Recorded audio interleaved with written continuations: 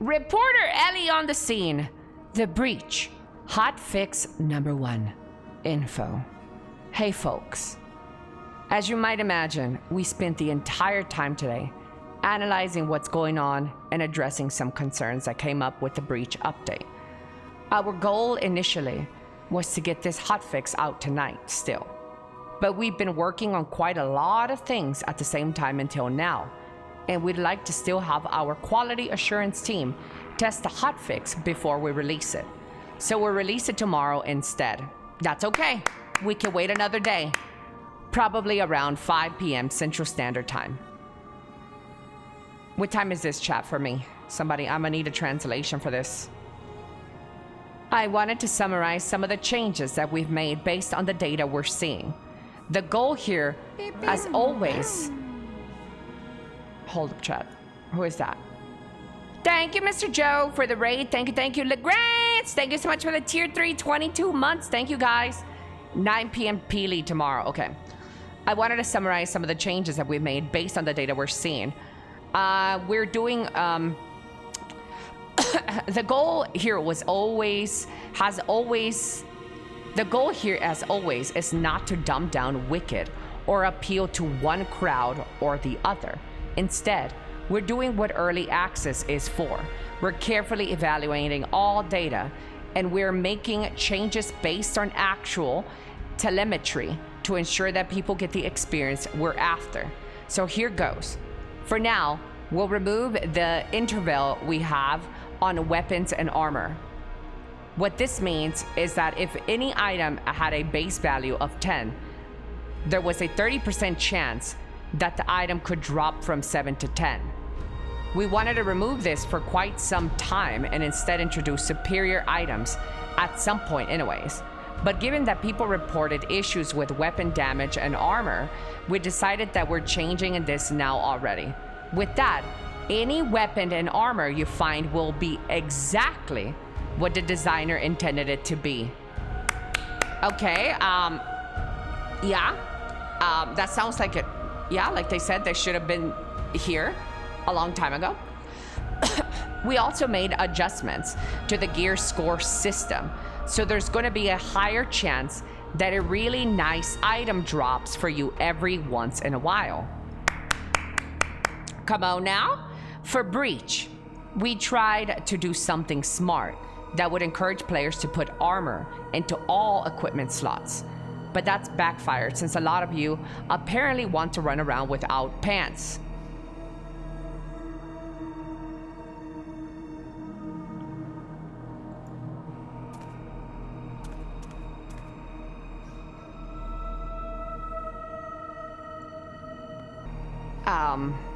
I feel called out.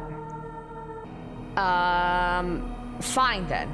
We reverted this to what we had on the previous live build. That should fix the issues that people reported about getting killed too easily. A lot of you were bothered about Archer builds using focus gain for the arrow skill instead of stamina. I tweaked this stuff today so that the arrow skill is quite a lot cheaper now. Please try it and leave feedback if it's alleviated your concerns. On a side note, we would definitely put a lot of love into Archer builds within the upcoming combat update. We saw that you folks are often starved of the earlier herbs. Yes. So we increased the drop rates on Artemisia herbs. We fixed an issue, elemental damage affixes on enemies. Some of you tried to make builds around elemental damage and it didn't fire the way you expected it and the way it should have worked, so it's fixed now. There was a bug that snuck it in that didn't allow players to backstab enemies while they were in certain states. We fixed that and also adjusted the backstab angle to be a bit more forgiving again. Yes, like it was on the release, dude. Backstab was so good in the release. It kind of sucks a lot right the way it is right now, so hopefully it's a little bit more like it was on release. We also made backstab icon appear and disappear more rapidly so the players clear feedback. We fixed that silly blade oil description bug. We increased drop rates on rare enemy spawns like sirens and wolves.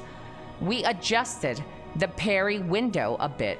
We even had a slew of our non-parry players eternally try it, and even they felt it was challenging but good. There was a poise issue with witches and the pickaxe enemies.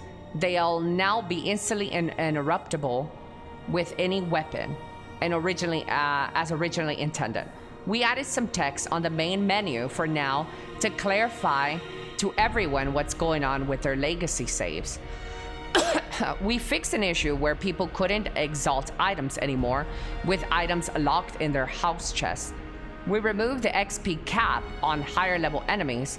We saw some of you absolutely determined to beat enemies that are too far high level than yourselves, and if you manage to do that, that should be properly rewarded.